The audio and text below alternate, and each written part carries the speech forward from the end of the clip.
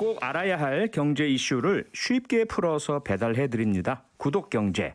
최입의 전 의원, 김윤경 기자 두 분 나오셨습니다. 어서 오세요. 안녕하세요. 예, 안녕하세요. 네, 한미 정상회담이 계속 화제입니다. 오늘은 경제 관련 부분을 두 분께 여쭤보고 싶은데요. 우리 기업들이 미국에 40조 원이 넘는 규모의 투자 보따리를 풀었다, 이런 보도가 계속 많이 나오고 있는데 그로 인해서 한미 경제 동맹이 강화됐다라는 평가가 계속되고 있고요. 조금 구체적으로 좀 말씀해 주실까요? 우리 기업들이 어떤 기업에서 얼마씩을 투자하겠다는 거죠? 일단 삼성 비롯해서 4대 기업이 네. 44조 원 정도 되는 394억 달러의 투자 계획을 발표를 했습니다. 예. 그러니까 이번에 삼성전자가 그중에 절반 20조 원 정도가 반도체 파운드리 추가 증설을 준비 중인 것으로 지금 얘기가 되고 있는데 세부적으로 이제 세금을 조금 더 낮춰달라는 딜을 하고 있대요. 그래서 지금 오스틴에 더 추가 증설을 할 건지 아니면 더 인센티브를 주는 대로 갈 건지를 결정을 하겠다고 합니다. 네. 그리고 현대자동차가 한 8조 정도, 전기차 생산 설비 또 뭐 로보틱스 자율주행 이런 것들에 투자를 한다고 하고요. 네. 그다음에 배터리 기업들, LG 에너지 솔루션, SK 이노베이션 이제는 안 싸우고요. 서로 미국에서 안 소화하던 싸우고 기업들이네요. 미국의 1, 2위 자동차 업체와 각각 손을 잡았습니다. 그러니까 LG 같은 경우에는 GM하고 손을 잡았고요. 예. 이미 합작법인을 설립을 했고 네. 그다음에 SK 이노베이션은 포드와 손잡고 이제 배터리를 생산하게 되는데 네. 이제 더 지나게 되면은 포드나 GM이 자기 혼자 하겠다고 하면 어떡할까 벌써 좀 걱정이긴 합니다만 아하. 어쨌든 배터리 공급을 제대로 하는 그런 공급망을 구축을 하게 됩니다. 네. 근데 반도체 배터리가 아무래도 좀 중심이 되고요.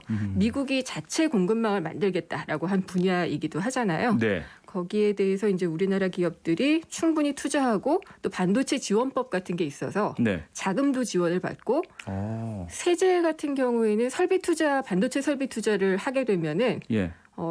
그 한 40% 정도로 세액공제 받을 수가 있다고 해요. 40%요? 예, 상당히 이제 세제 혜택도 있기 때문에 예. 우리가 들어가서 기술 경쟁력 키우고 시장 키우고 한다고 생각하면은 뭐 괜찮은 투자인 것 같습니다. 괜찮은 투자다. 김윤경 예. 기자는 이렇게 평가를 해주셨고요. 최 배우님, 그래도 이게 투자액이 어마어마하기 때문에 그렇죠. 사실 기업들 입장에서 주판알이라고 우리가 흔히 이야기하는 경제 논리가 핵심이잖아요. 그럼요. 그런데 여러 가지 정황상 경제 논리만이겠느냐. 혹시 조금 손해를 보면서도 정치적인 국가의 압력, 특히 미국 대통령과 미국 정부의 그런 요구 이런 것들 때문에 손해를 보면서 하는 건 아니냐. 이런 이야기들인데 어떻게 보세요? 그러니까 지금 이제 한미 정상회담을 앞두고 뭐 한국에서 반도체를 미국에 주고 예. 우리는 뭐 백신을 받아와야 된다. 뭐 이런 이제 논리들이 많이 퍼졌는데 네. 솔직히 이제 다국적 기업들이 그 해외 진출할 때는 뭐 여러 가지를 보죠. 그러니까 수요처가 거기 있는지, 그다음에 경쟁 상황, 경쟁사는 어떻게 지금 하고 있는지, 예. 그다음에 우리 제품의 뭐 경기 사이클은 어떻게 지금 가는지, 거기 가서 공장 세우면 기술력과 인력은 확보할 수 있는지, 뭐 세제 지원은 되는지, 뭐 기반 인프라는 돼서 가서 공장만 딱 세우면 나머지는 다 뭐 물도 대주고 전기도 대주고 도로도 다 이렇게 되어 있는지 뭐 이런 것들 다 종합적으로 고려할 수밖에 없고요.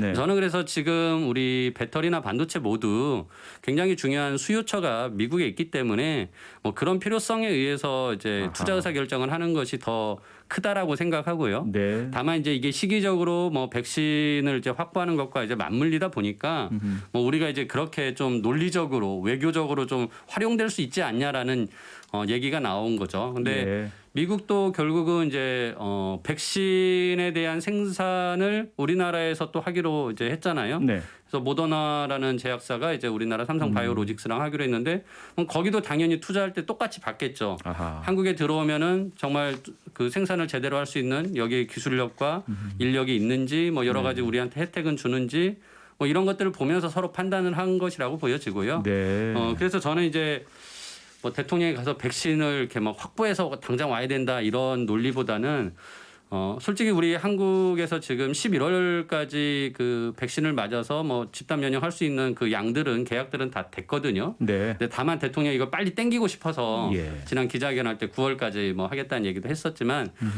결국은 더 중요한 건 이런 기술들을 이전받아서 우리도 역시 여기서 백신의 허브가 되는, 그러니까 아시아의 백신 허브가 되는 부분이었고, 그런 부분들은 이번에 상당히 좀 진척이 돼서 네. 성공적인 뭐 순방이었다라고 평가를 하고 싶습니다. 예, 네. 성공적인 순방이었다. 저는 투자는 네. 일단 아까 말씀드렸듯이 적절한 투자인 거는 같은데 예. 미국의 압력은 정치적 압력은 있었다고 봐요. 있었다. 그러니까 바이든 대통령이 직접 주재를 하면서 반도체 회의를 4월에 했었잖아요. 그렇죠. 그리고 이번에는 상무부 장관 주재로 해서 반도체 회의를 또 했어요. 또 했죠. 예. 그러니까 우리나라 안에 반도체 공급망을 확실하게 확보하겠다.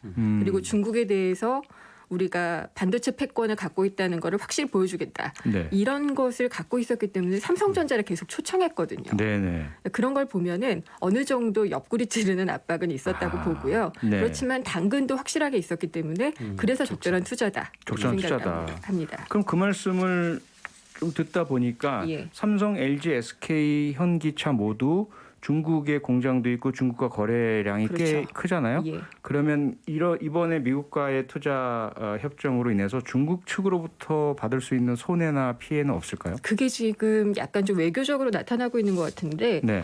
그 이번 한미 정상회담에서 이제 대만을 언급을 했어요. 대만 네. 해협, 뭐 남중국해 이런 것들을 언급을 했고, 그렇죠. 그다음에 일단 반도체 배터리에 있어서 미국의 줄을 서는 표현이 네. 좀 그렇습니다만은 그렇게 되면은 당연히 중국은 견제하는 쪽에 서게 되는 거거든요. 아하. 그러니까 이걸 의식을 해가지고 중국에 일단 반발하는 외교부 성명을 냈더라고요. 네. 한미 정상 공동 선언에 대해서 예. 이야기를 했는데 저는 중국과의 거리를 제대로 좀 그러니까 뭐라 그럴까 지금 전 세계가 사실은 중국을 견제를 하고 있잖아요. 그렇죠. 그런 네. 상황에서 뭐 미국 편이다 이렇게 얘기하는 거는 옳지 않은 것 같고 아하. 그 중국과의 관계를 우리가 어느 정도 긴밀히 유지할 수밖에 없기 때문에 네. 그 적절한 수준을 찾아야지 된다. 좀 아. 원론적인 표현이지만은 숙제네요, 그거는. 예, 그게 숙제라고 네. 생각을 합니다. 예. 최 의원님. 그러다 보니까 지금 나오는 이야기가 그동안 한미는 혈맹이고 동맹이다라는 얘기가 있었죠. 그건 군사적이고 안보적인 그렇죠. 차원 안보 아닙니까? 관점이죠. 근데 예. 이번에 나온 얘기는 이제 경제 동맹이 되었다라는 이야기예요. 경제 동맹이라는 게 실제로 가능하며 만약 그렇게 된다면 지금 김인경 기자님 말씀해 주신 중국으로부터의 어떤 그런 부정적인 그렇죠. 어떤 영향 네. 이런 것들의 우려가 있지 않나요? 그러니까 저는 이제 안보 동맹은 있을 수 있지만 경제 동맹은 그 과도하다라고 평가를 해요. 그러니까 과도한 표현이다. 예, 그러니까 예. 동맹이라는 것 자체가 이제 국가가 서로 이익을 위해서 어떤 목적을 위해서 같이 이렇게 동일하게 움직인다라는 거를 약속을 하는 건데 네. 맹세를 하는 건데 예. 솔직히 안보 분야는 적이 명확하죠. 네.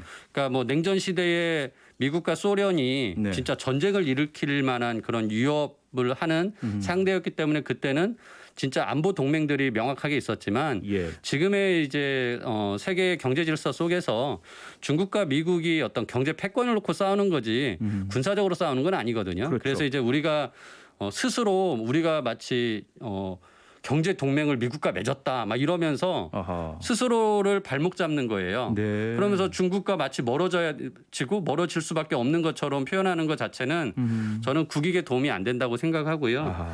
그래서 이제 그 우리가 여러 가지 그 과거에 지정학적으로 국가들이 좀 더 원활한 경제 협력을 하기 위해서 뭐 EU도 네. 경제 공동체를 만들고 우리나라도 여러 나라들과 이 FTA를 맺잖아요. 그렇죠. 자유무역 협정을 그렇죠. 맺잖아요. 그러니까 예. 그런 과정에서 우리 또 하나의 그런 협력 관계를 맺는 것이지 스스로 동맹까지라고 과대평가하지 말고 네. 그리고 중국에 대해서도 우리가 당연히 이번 기회에 또 같이 할 수 있는 부분은 해야죠. 그러니까 예를 들어서 미국과 중국이 최근 몇 년 동안 되게 심하게 무역 그 전쟁을 벌이는 동안 네. 우리는 더 많은 걸 수출했어요. 아하. 양쪽에. 예, 예. 그렇기 때문에 이런 거를 기회로 붙잡고 우리의 실리를 잘 챙기면 되는 것이고 네. 그러려면 우리가 기술을 더 많이 강화해서 세계도 이렇게 장악할 수 있는 네. 그런 노력을 해야 되는 거죠. 예. 경제는 국익과 실리가 중요하다라는 말씀 듣고요. 잠시 광고 듣고 구독 경제 다시 이어가겠습니다. 네, 3부 시작하면서 이 얘기를 꼭 들어야 되겠네요. 제가 오늘의 표정에서 잠깐 말씀드렸습니다. 가상화폐로 인해서 우리 청년들이 많은 지금 분노와 또 충격에 휩싸이고 있다. 여기에 대해서 우리가 그냥 반감만 할 때는 아니다라는 말씀 드렸는데요. 두 분께 이 문제 좀 여쭤보도록 하겠습니다. 5월 들어 특히 주말 또 휴일마다 가상화폐 막 출렁이었잖아요. 맞아요. 그러다 정말 이번에 큰 타격을 많이들 받은 것 같은데 이렇게 출렁이고 특히 급락한 이유 어떻게 보고 계세요? 일단은 중국과 미국의 규제가 강하게 들어가면서 이제 그게 영향을 좀 미쳤다고 봐요. 예. 재무부가 $10,000, 그러니까 우리 돈으로 1,100만 원 이상이 되면은 그 가상화폐, 암호화폐 거래에 대해서는 국세청에 신고를 해라라고 얘기를 했거든요. 예. 이러면은 암호화폐가 가장 갖고 있던 가장 큰 장점이 규제에서 자유롭다는 그렇죠. 거였는데 그렇죠. 규제 안으로 들어가게 되는 거죠. 아하. 그리고 또 중국 같은 경우에는 원래도 채굴도 금지하고 암호화폐 거래를 금지했었는데 네. 암암리에 들다 보니까 이번에 그 류어 부총리가 비트코인 거래는 물론 채굴도 금지한다라고 네. 얘기를 했어요. 그래서 오늘 외신을 보니까 그런 기사도 있더라고요. 중국에 있는 채굴기가 어마어마하게 많은데 예. 그러니까 전 세계 채굴량이 한 65%라거든요. 오호. 그 채굴기를 수출하는 것까지 생각을 하고 있다. 뭐 아. 이런 기사도 나더라고요. 예. 이렇게 되면은 당연히 비트코인 시황, 이더리움 시황 다 영향을 받을 수밖에 없잖아요. 네. 그래서 비트코인 같은 경우에 지금 장중 한 4천만 원? 이게 붕괴가 되기도 했다. 지금 4,200만 원 선에서 거래가 되고 있는 것 같고요. 네. 그래도 이게 한 10 며칠 만에 반토막이 된 거죠. 바로. 아, 이더리움, 반토막이요? 예, 이더리움 같은 경우에도 11일에 최고가를 기록을 했다가 지금 반토막이 난 그런 상황입니다. 아하. 자, 중국의 그런 아주 공격적인 금지 규제야 그렇다 치는데 미국에서의 그런 세금 부과 부분은 어찌 보면 상대적으로는 인정한다는 의미도 되지 않나요? 그래서 투자자에 대한 보호 조치도 일단은 거래를 감시하는 차원에서 국세청에 보고를 하라고 한 것 같아요. 아하. 이게 중앙은행이 발행하는 CBDC라고 하는 예. 그런 디지털 화폐가 있거든요. 네네. 그것도 일종의 암호화폐이기 때문에 네. 그걸 중앙은행이나 재무부가 인정을 하지 이 규제를 받지 않는 암호화폐는 인정하지 않겠다는 입장을 제닛 옐런 재무부 장관이나 또 아하. 연준 의장이 밝히고 있거든요. 네. 최 의원님, 뭐 미국, 중국도 그렇지만 우리나라 금융당국, 은행들도 가상화폐 시장과는 이 거리를 두고 선을 긋고 이런 이제 언급이나 모습이 계속 나오고 있죠. 그렇죠. 이게 18년도에 만들어졌던 그 규정인데요. 그러니까 암호화폐 거래소의 계좌를 만들려면 네. 그 시중은행과 이제 그 연계된 실명으로 확인된 계좌를 만들어야만이 거래를 할 수 있게 이제 했고요. 네.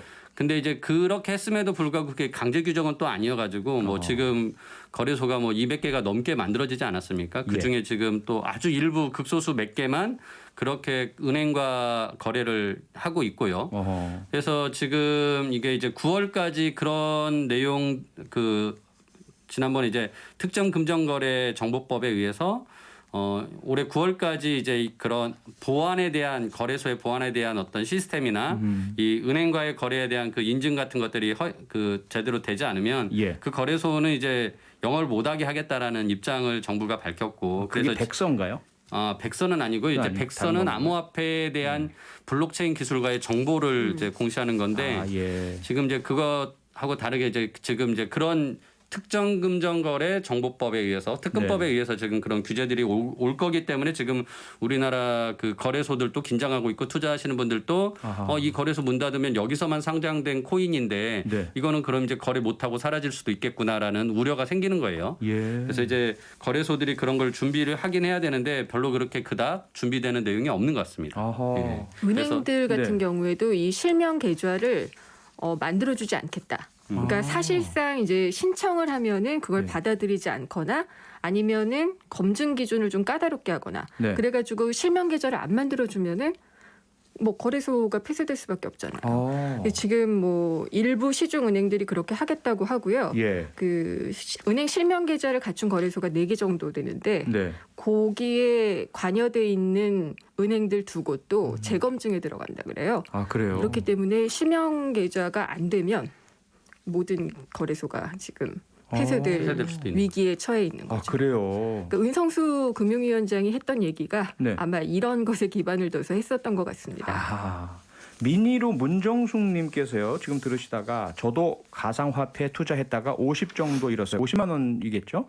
이건 좀 패인 되겠더라고요. 투자 전에 각 코인의 등락을 살펴본 후 하는 게 맞을 것 같습니다. 빚내서 하는 B2는 절대 하면 안 돼요. 라는 경험에서 우러나온 말씀을 주셨고 좀 전에 김윤경 기자님께서 금융감독위원회 그 이야기를 해주셨는데 지금 조사 결과를 보니까요. 대학생 4명 중에 1명이 가상화폐에 투자하고 있다. 이런 네. 조사 결과도 있고 금융위원회 정책자문기구인 금융발전심의위원회에서 금융위가 네. 가상화폐에 대한 대응이 너무 미흡하다. 내부 비판을 했다는 얘기도 나옵니다. 그러니까 지금 뭐 투자 자산인데 예. 투자 자산처럼 지금 운용되고 있는데 예. 투자 자산으로 인정하지 않고 있기 때문에 아. 금융 상품으로도 인정하지 않고 있기 때문에 네. 아무런 보호가 안 되는 거죠. 네네. 그러니까 불안하기는 하고 규제는 없고 그래서 자유롭기는 한데 어쨌든 보호가 안 된다는 차원에서는 예. 한번 좀 지적을 받을 만한 부분이 있는 것 같고요. 아하. 그래서 그 은성수 금융위원장이 했던 말이 특근법 이제 개정이 적용이 되면은 네. 거래소가 다 폐쇄될 것이다라고 얘기했는데 이거는 변동성을 크게 갖고 있는 코인 시장을 그냥 흔들 수 있는 말이었거든요. 아, 불안하게 만든. 예, 더 예. 불안하게 만들었던 것들은 좀 저는 잘못됐었다라고 생각을 하고 있고 네네. 지금이라도 좀 투자자 보호와 관련해서 좀 어떠한 액션을 좀 취해야 되지 않을까. 네. 예. 투자자 보호와 관련해서 어떤 액션을 취해야 되지 않을까라는 말씀 마지막으로 최 의원님 어떻게 해야 되고 이 가상화폐는 과연 앞으로 어떻게 될까요? 정말 화폐로서의 기능이 주어질 수 있을까요? 아니면 정말 자산으로서 특정해서 보호를 해야 될까요? 제가 보기에는 뭐 화폐로 되려면 좀 시간은 많이 걸릴 것 같고요. 네. 지금 그 암호화폐나 뭐 아무튼 이 가상자산에 관심을 가지신 분들은 다 투자의 어떤 대상으로서만 보시는 것 그런 경우가 많기 때문에 예. 아무튼 지금 투자자를 보호하는 측면으로 이제 제도 개선이 필요하고 네. 민주당의 이용우 의원님이 네. 그 가상자산 업법을 냈어요. 제정안인데 여기에 보면은 제가 여러 번 말씀드렸던 이 거래소의 해킹 방지를 위한 보안 시스템, 그 다음에 이 거래의 공정성을 확보하기 위한 이제 거래 시스템, 네. 그리고 이 안에서 또 그 아까 말씀하신 암호화폐가 이게 어떤 블록체인 기술을 가지고서 만들어진 화폐인지라는 것을 설명해주는 백서. 예. 그리고 이런 백서들에 대한 어떤 검증을 거래소가 하게끔 하는 뭐 내용들 예. 이런 것들이 이제 담겨 있고 이것을 또 그러니까 불공정하게 거래하는 뭐 시세 조작을 하거나 뭐 허위 뭐 주문을 하거나 막 이렇게 이제 해서 피해자를 양상하는 그런 것들을 또 처벌할 수 있게 하는 조항까지 이런 내용들을 넣습니다. 그래서 제가 보기에는 지금 이 국회에서 빨리 이런 그 이용우 의원님 말고도 몇 분이 또 이제 낸 법안들이 있는데 김병우 의원도 냈죠. 예, 네. 빨리 이 부분에서 논의를 해서 투자자를 보호하는 그걸 해야지 금융위에 그냥 정부에만 맡겨놓으면 네. 정부는 자기네들이 맡기 싫어가지고 금융위도 네, 지금 안 자기네 하려고 소관이 하니까. 아니라고 얘기를 하고 있어서 예, 예. 어떤 부처가 어떤 기관이 맡아야 되는지부터 분명히 해야 될 것 같아요. 네. 산자부소관이라고 그랬던가요? 뭐 그런 식으로 뭐 얘기했던 것 같은데. 지금은 이제 아무튼 그 중기계층. 업법에 예. 그걸 정해놨어요. 그래서 네네. 특근법도 금융위가 소관 관할하는 법률이고 지금 가상자산업법도 만들어지면 이제 금융위가 관할할 수 있게 하려고 하는 거죠. 알겠습니다. 어쨌든 예. 빨리 좀 보호 조치가 마련되길 바랍니다. 투자자들의 피해 막고요. 그리고 무리한 투자는 조금 자제해 주셨으면 좋을 것 같고. 그렇죠. 구독 경제 오늘은 여기까지 하겠습니다. 두 분 수고 많으셨습니다. 다음 주에 뵙겠습니다. 감사합니다. 네, 감사합니다. 네, 최입의 전 의원 김윤경 기자였습니다. 네. 평일 저녁 6시 5분에 여러분을 찾아갑니다.